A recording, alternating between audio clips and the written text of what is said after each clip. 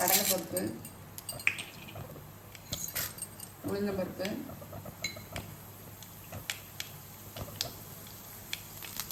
ரெண்டு காஞ்ச மிளகாவை இதெல்லாம் நல்லா வறுபடட்டும்.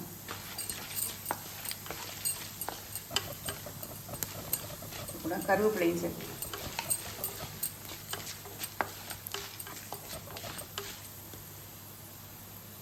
இந்த வறுத்து வச்சதை இந்த மிக்ஸி ஜாரில் போட்டிருக்கேன்.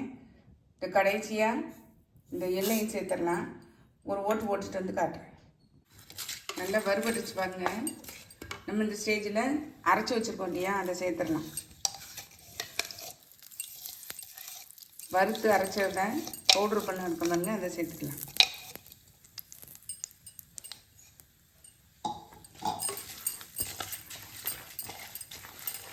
கொஞ்சம் பச்சை வாசனை இதெல்லாம் வறுத்தது தான் இருந்தாலும் கொஞ்சம் அந்த பச்சை வாசனை இல்லாத அளவுக்கு வறுத்து விட்டுக்கலாம்.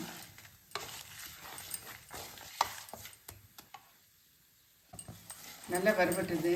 நம்ம இந்த ஸ்டேஜில் ரைஸு சேர்த்துடலாம்.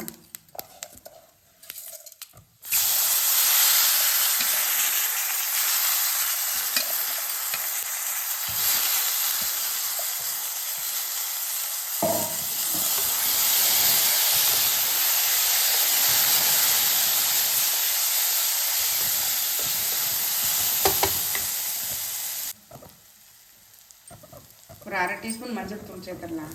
மிக்ஸ் பண்ணி விட்டுருந்தேன். இப்போ புளி கரைச்சி வச்சுருக்கேன். இதில் வந்து இந்த டம்ளரில் தான் அரிசி எடுத்துருந்தேன். இதுக்கு 2 டம்ளர் தண்ணி விட்டுடலாம்.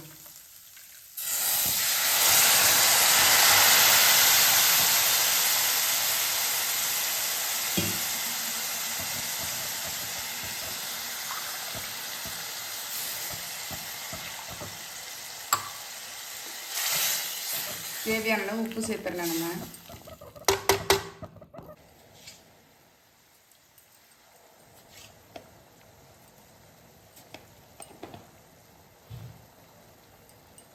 கொதிச்ச உடனே நம்ம குக்கரை மூடிடலாம்.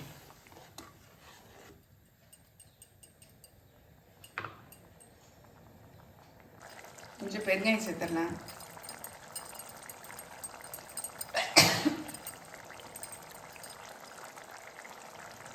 நல்லா மிக்ஸ் பண்ணி விட்டுட்டு மூடிடலாம்.